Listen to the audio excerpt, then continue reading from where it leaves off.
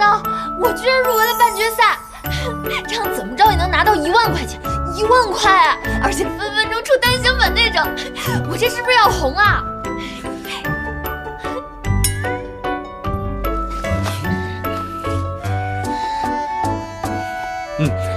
你会红的。我半决赛当天还要准备入围感言，还可以带亲友一起去。你周五忙不忙？你要不要一起去看？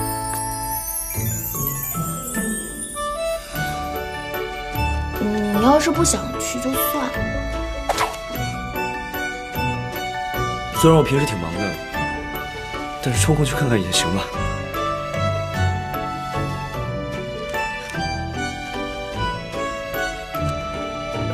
好呀。好，那我们吃饭吧。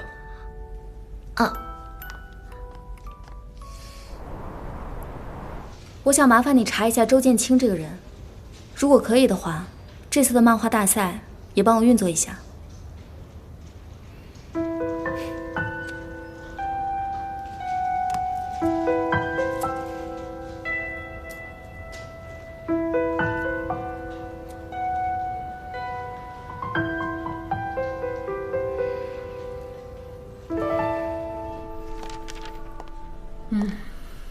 你的进步真的很大，好好加油！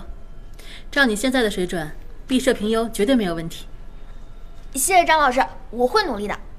哎，对了，你跟张颖的关系是不是一直挺好的？有空你劝劝他，他现在的水准在油画系学生当中算是顶尖的。这次的比赛非常难得，还有机会接触到业界顶尖的艺术家。如果说为了兼职工作而放弃掉这次比赛的话，真是太可惜了。兼职？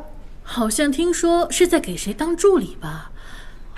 是，你说这当助理对他的水准提升是有所帮助，可是这助理呢，随时能当，而这比赛呢，2年才有一次，一旦错过了，他毕业了就没有机会再参加了。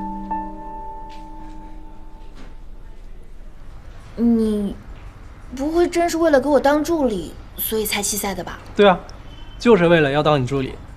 我们那个比赛要是拿了第1名，那可是有几10万的奖金。你可是说好要跟我对半分的。你师姐，我是那么不仗义的人吗？你之前帮了我那么多，得了奖金当然应该分你一半。你赶紧的，该干嘛干嘛去。给你当助理是我自己的决定。那我就开了你。从明天开始，你不再是我助理了。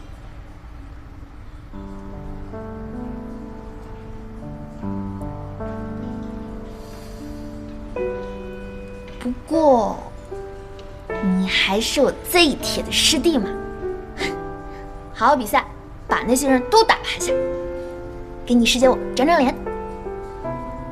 但是没有我的话，工作量那么大，你应付得了吗？你跟我工作了那么久，这点信心都没有？